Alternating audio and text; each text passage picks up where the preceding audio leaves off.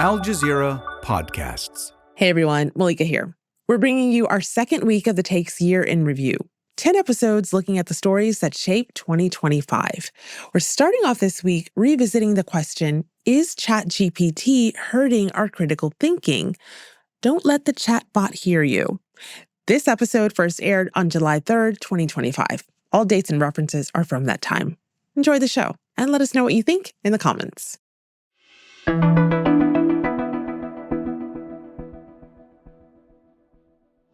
Today, AI makes life easy, but is it breaking our brains?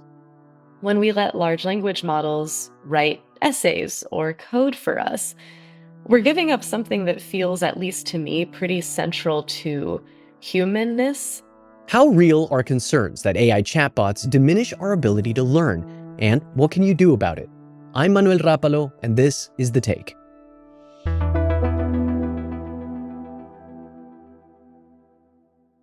My name is Celia Ford. I am a science writer and ex-neuroscientist, and I'm based in Oakland, California. Celia, there's all these headlines, professors, teachers, people complaining about ChatGPT and other large language models, or LLMs, saying that they are making people lazy? Maybe stopping our ability to think critically? How much truth is there to this?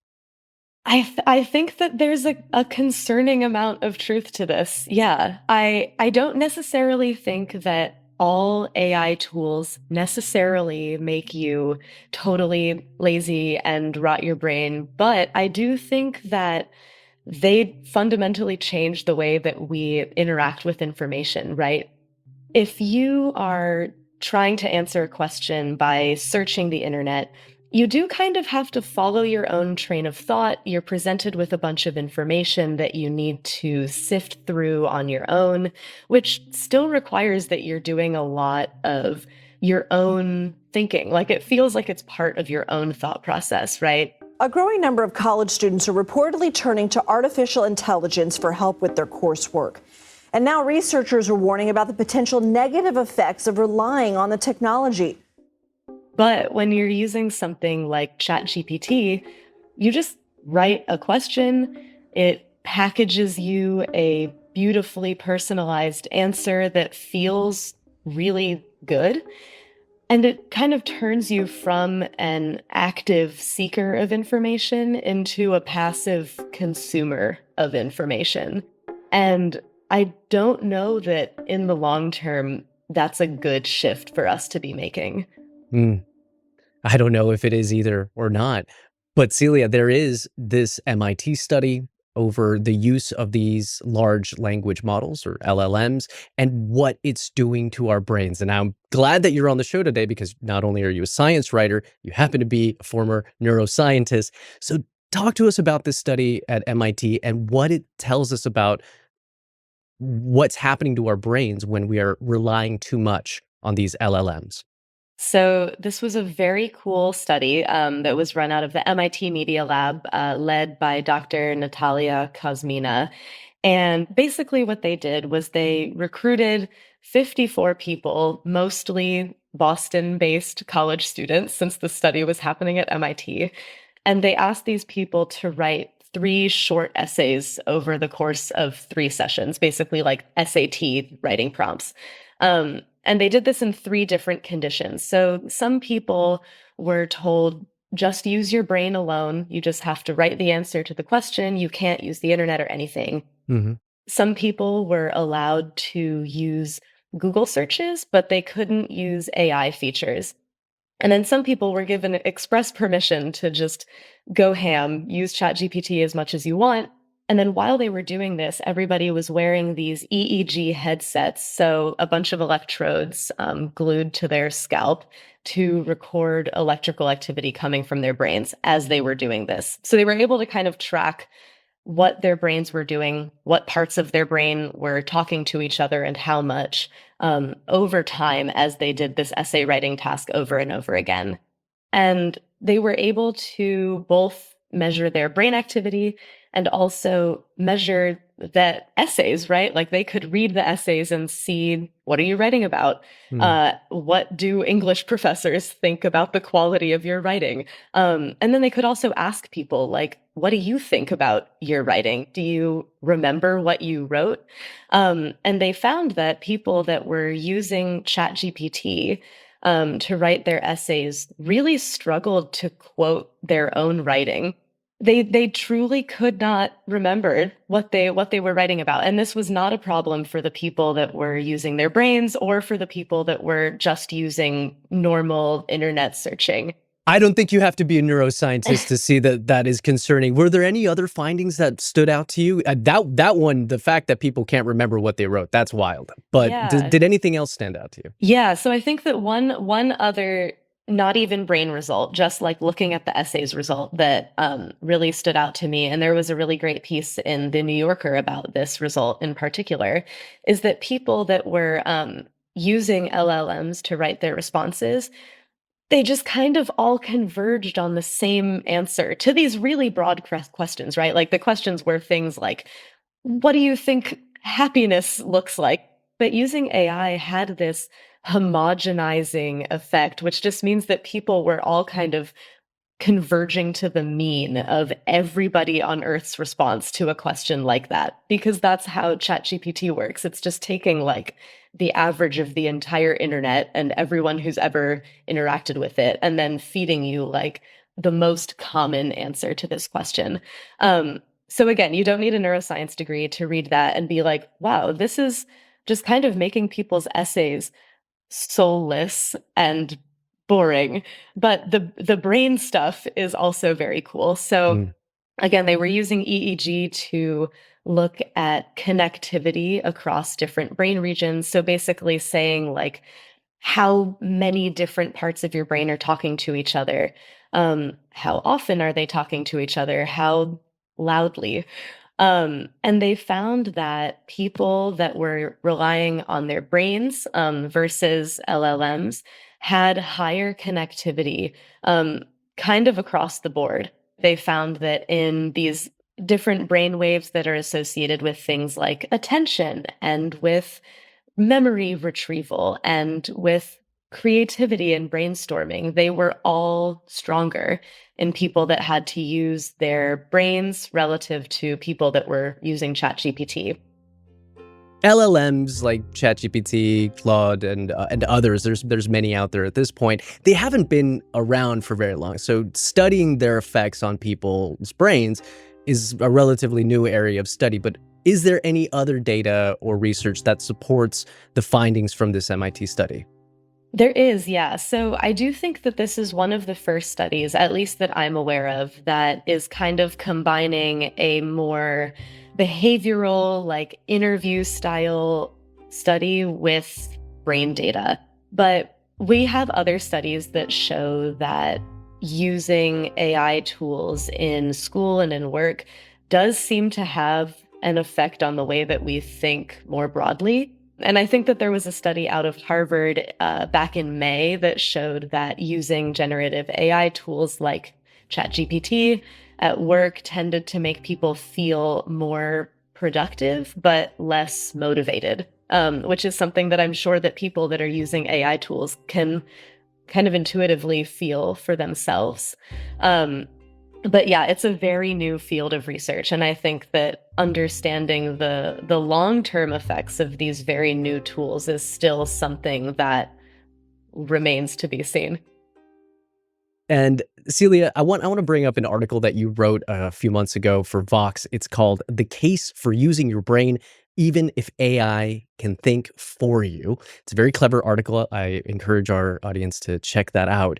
But in it, you reference a study that was done by Carnegie Mellon University, and I just want to read a quick quote, which is, "Outsourcing thoughts to AI leaves people's minds, quote, atrophied and unprepared, which can result in the deterioration of cognitive faculties that ought to be preserved." So there's this idea sort of floating around that this technology allows people to do something called cognitive offloading. I'm only recently become familiar with this term, but in other words, we ask ChatGPT a question, it distills all this information, it makes a perfect sort of boiled down, bare bones facts of anything that you want to know. If you are someone that has not started using ChatGPT to its fullest potential yet, what are you doing? Everyone that knows me knows she is actually my digital bestie. I think I talk to her every single day. And I feel like not a lot of people know all the ways that you can use her. Like, for example, if you have like 4 or 5 things in your fridge and you want to make a meal out of it, she's got you covered. In this world where we're constantly, trying to be more productive and needing information synthesized so that we can get more done with our day, isn't it a relief to unburden our brains a little bit? Totally. Yeah. And humans have been offloading cognition, which is just a fancy way of saying using tools to extend what our brains can do by themselves. Like, we've been doing this for almost the entirety of human history. Everything from writing stuff down instead of memorizing it, to setting calendar reminders on your phone, or using GPS to get around when you're driving. All of that counts as cognitive offloading, right? And it does. I think it helps our tired brains a lot. And I think that you're right that, like, we live in a world where capitalism pushes us to produce more stuff more quickly. It makes sense that we're all trying to find ways to streamline our mental labor. Like, the stuff that we're being asked to do is a bit beyond our brain's natural capacity. That said, I think, I've mentioned things like calendars and GPS. I do think that AI is a bit different, though, because when we use a GPS to help us navigate, you're kind of outsourcing the task of spatial navigation, which maybe for somebody who's really into driving or backpacking, and that's a real point of pride, maybe that's a thing they don't want to give up, and that's fine. For me, I don't care, right? Like, I'm happy to give that to the machines. I don't need it. But with AI, when we let large language models write essays or code for us, we're giving up something that feels, at least to me, pretty central to humanness. It's this critical thinking and creativity. And we're kind of risking letting these tools think for us instead of aiding us in our own thinking. I will say that I am one of those people that makes it a point of pride of not having to rely on my navigation. I live in Los Angeles. Anytime I can figure out how to get somewhere and not have to look at the nav, I'm doing and this. I love that for you. I'll lose my car in a parking lot. Like, that's not me. You know what? With that said, where do we draw the line between what is good cognitive offloading that frees up that brain power to be used elsewhere at a different time, and the type of cognitive offloading that leads to brain rot? Totally. Yeah. And I think that before talking about this, it might be important to mention the final big result from this MIT study that we were initially talking about. Because after they had people, write these essays under whatever condition they were in, they actually had some people come back for a 4th session. And in that session, they had people who had been using ChatGPT for the first 3 sessions to try to write an essay just using their brain. And vice versa. They had people that had been using their brain for the first 3 sessions to try using ChatGPT in the last one. And the difference between those 2 groups of people, I think, can inform a lot of how we start thinking about, like, where do we draw this line? Because people who went from only using ChatGPT to then being forced to use their brain, they showed a drop in neural connectivity relative to people that had been using their brains, which is, it's concerning, right? It means that they basically did not use their brains, and so they kind of lost the ability that they would have otherwise had to write those essays well. Meanwhile, the people who had been using their brains, who were then given the chance to kind of retry one of their first 3 prompts using an LLM, they actually had higher neural connectivity. In other words, like, that group who had already done the work of learning the thing themselves, and then they were given a tool, they were able to use that tool to augment their performance, to make them even better. But the people that relied on the AI tool before they had tried doing it themselves got worse. And so I think that that's a lot of how I think about drawing this line, right? Is that I think that we should try the thing first before asking AI to do it for us. If we hand AI the wheel whenever we need to do something challenging, our brains learn to devote fewer resources towards those skills. This MIT study and other studies like it are being conducted from the outside. What about the companies that are creating these? What about OpenAI, who's responsible for ChatGPT? What do they have to say about all this? Nothing, it seems. So OpenAI, at least to this particular study, they haven't formally responded to it on their blog, on their website. Their CEO, Sam Altman, has yet to directly respond to this on X or on his blog either. I would love to see powerful leaders of AI companies take these kinds of things seriously. If they're going to continue building really powerful tools without asking society whether we're cool with it, I hope that they'll at least consider the potential changes that these tools are making on our cognition. They don't seem to be yet. I will say that that Carnegie Mellon study that you mentioned was partially conducted by researchers at Microsoft. So, they did that. I'll give them that credit. But yeah, as far as I'm aware, Sam Altman has nothing to say about this, which I find disappointing. After the break, more with Celia. Celia, I want to make a case for AI here, and I'm going to cite your article from Vox one more time, which says that long-term studies tracking older adults over time show that seniors who use their phones to help them remember things are actually less likely to develop dementia. That's from your own reporting, and there does seem to be some benefit here to the use of technology, to the use of AI. Do you think that maybe AI is being used as a scapegoat for a broader problem that society is having with disinformation, with not being able to tell the difference between reporting and opinion and analysis, and all these conspiracy theories that are out there? Is AI just another scapegoat for that? First of all, I'm not like anti-AI. I use AI tools in my work and I find them helpful. I think that the real key is like the way in which you use those tools kind of determines whether they are helpful or harmful. So just quickly, this finding that using digital tools can actually help reduce people's risk of dementia in old age. Those studies are mostly focused on tools like setting reminders on a calendar, not so much tools like AI. And things like that are super helpful. Like if you are a person who is kind of struggling with your memory, but you want to still live independently, there are lots of digital tools that can help you remember when to take your medications, or that can help you call a car when you need one, right? Like things like that I think are very helpful. I think that the challenge really comes in when people are replacing fundamental parts of the learning process with tools that do the learning for you. I think that that's the real problem.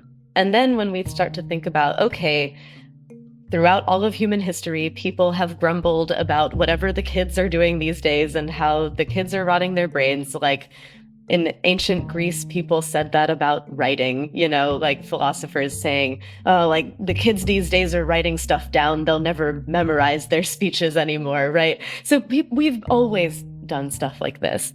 The same was said about newspapers and radio and TV, right? Exactly. Yep. I think that the difference is that, all of these previous tools, like things like TV or the internet or smartphones, they do change the way that we consume information, right? Like they're all kind of reducing the friction between us and the information that we want. But I think that AI is doing two things. One, when we think about disinformation, generative AI is making it really challenging to tell what things are real. And I think that these tools are both the problem and the solution to that.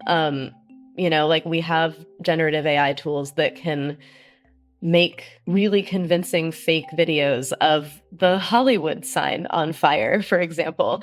And people will just share that stuff because it looks real and scary, but then it turns out it's not real.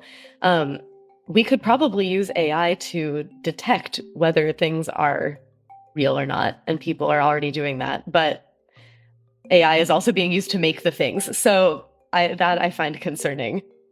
And Celia, one last question, given that these tools are still so new, what are the big questions, do you think, that researchers have yet to answer? And what are you going to be looking at as this technology continues to evolve? Yeah, so I think that one big thing, because these tools are so new, we need to see more long-term studies, kind of tracking what happens to people over time as they use these tools. Like, we have no information on what happens to people who started using ChatGPT when they were college freshmen. What happens to them as they begin to look for jobs in the workforce? How do they perform at those jobs? Like, these tools simply haven't existed for long enough for us to know the answers to those questions. But I think that trying to understand like how these tools are affecting people during education, maybe even all the way from like elementary school onwards, and how that affects them as adults, like we have no idea. So I think that it'll be really interesting as these tools exist for longer for us to start to learn some of that stuff. Celia Ford, science journalist, neuroscientist, thank you for joining us on The Take. Thank you so much for having me. And that's The Take. If you want to catch more episodes like this, make sure you're following our YouTube playlist. That's where you'll find all our recent content updated regularly so you never miss an episode. And while you're at it, hit that subscribe button so you stay in the loop with all things Al Jazeera English. See you tomorrow.